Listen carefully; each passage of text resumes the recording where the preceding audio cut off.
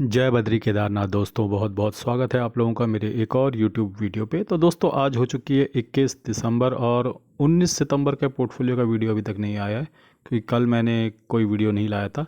तो चलिए 19 सितंबर के तक के मेरे म्यूचुअल फंड पोर्टफोलियो अपडेट हो चुके हैं, बल्कि 20 तक के हो चुके हैं।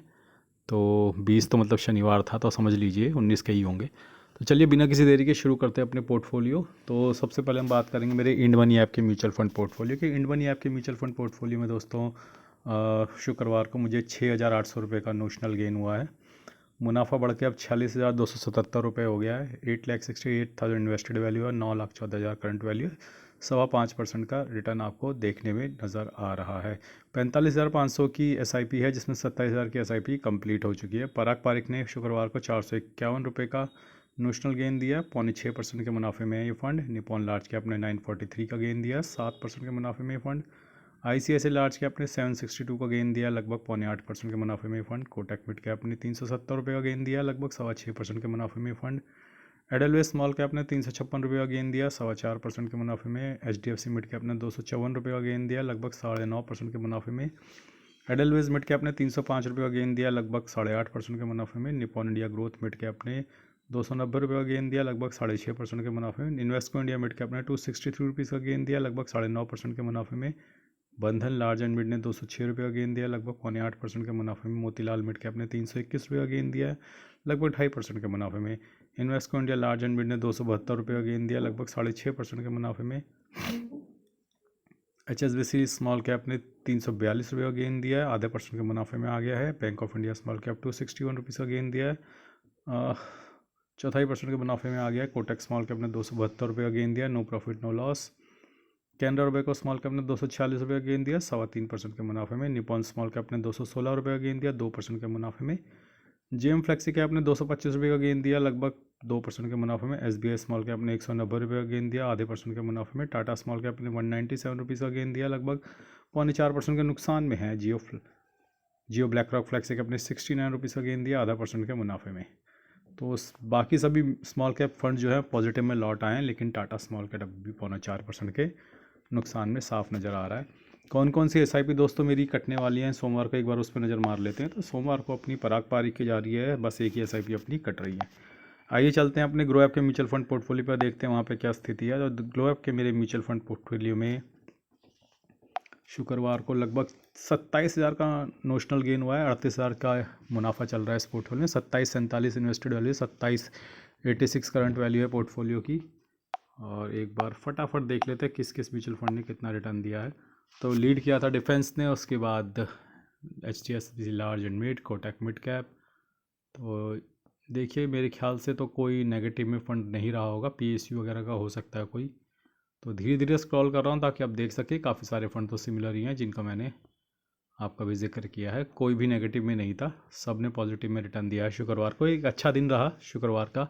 Large cap, mid cap, small cap, flexi cap सब ने पॉजिटिव रिटर्न ही दिया है। और अब पॉजिटिविटी की तरफ बढ़ता हुआ पोर्टफोलियो साफ नज़र आ रहा है।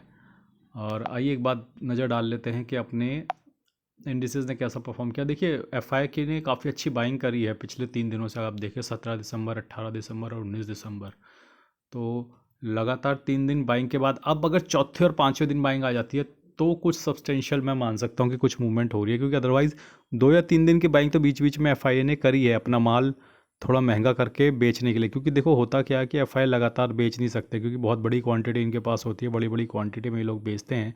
तो बीच बीच में मार्केट इनको स्टेबल करके ऊपर भी ले जानी होती है ताकि भाव फिर से बढ़े और रिटेलर फिर से ट्रैप हुआ फिर दोबारा से ये सेल बटन दबा सके। अब मंडे ट्यूसडे बहुत क्रूशल रहेगा, क्या FII वहाँ पर भी बाइंग करते हैं या नहीं, क्योंकि 3 दिन की बाइंग हो चुकी है, चौथे और पाँचवें दिन की लगातार बाइंग होगी तो एक बड़ा ट्रेंड टूटेगा।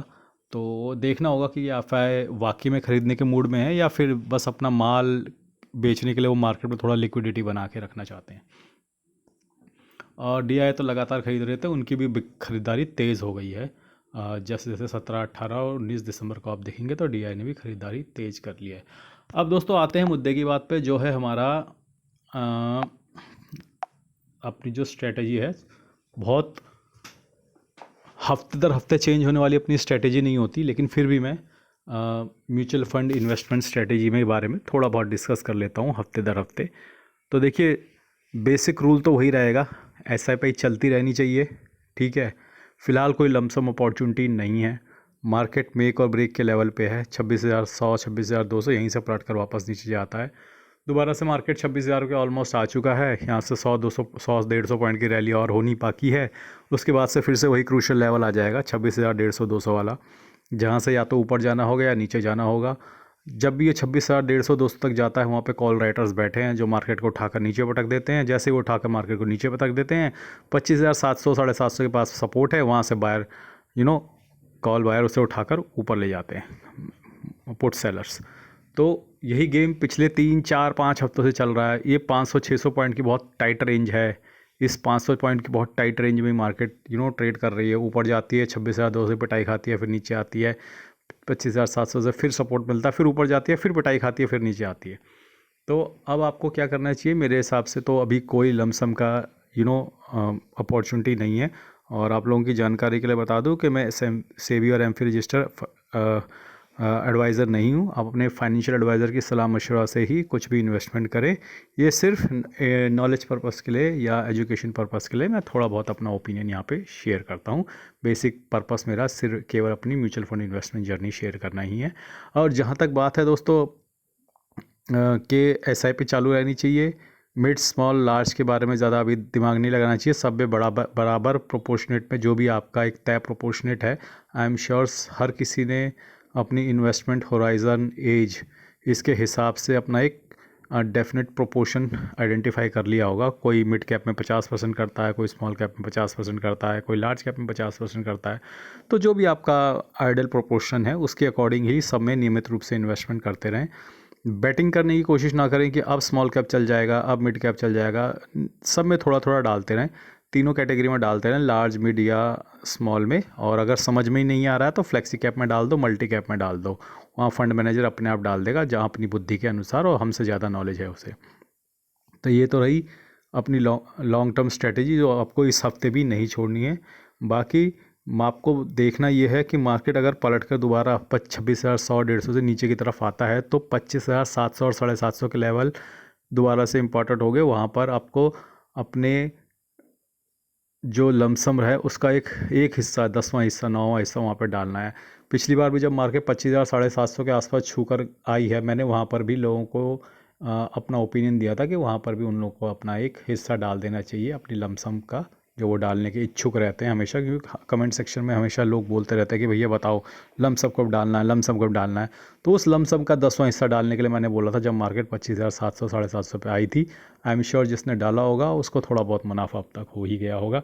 दोबारा वही खेलना है, बहुत टाइट रेंज में है मार्केट फ़िलहाल, तो लमसम की कोई अपॉर्चुनिटी नहीं है, कोई लमसम डालने की कोशिश भी मत कीजिएगा।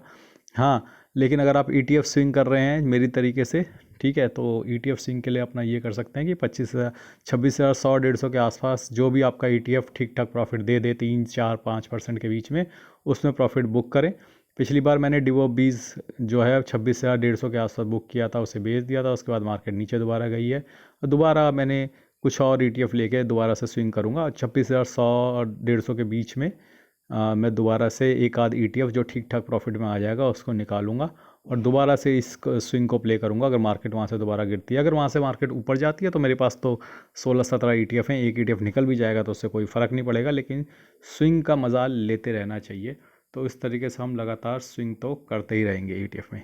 तो दोस्तों बाकी मैंने फ्लिपकार्ट के कुछ लिंक्स दे रखे हैं, अगर अपने मोबाइल स्क्रीन पर टैप करेंगे तो लेफ़्ट साइड बॉटम पे आपको फ्लिपकार्ट के लिंक मिल जाएंगे। वहाँ पे जाके आप कुछ भी शॉपिंग कर सकते हैं फ्लिपकार्ट के अंदर से, जो भी आपका लेने का मन है। और सभी स्कीम, सभी ऑफ़र, सभी डिस्काउंट आपको एप्लीकेबल रहेंगे मेरे लिंक के थ्रू भी। तो आज के लिए बस इतना ही। धन्यवाद, गुड बाय, जय बद्री केदार।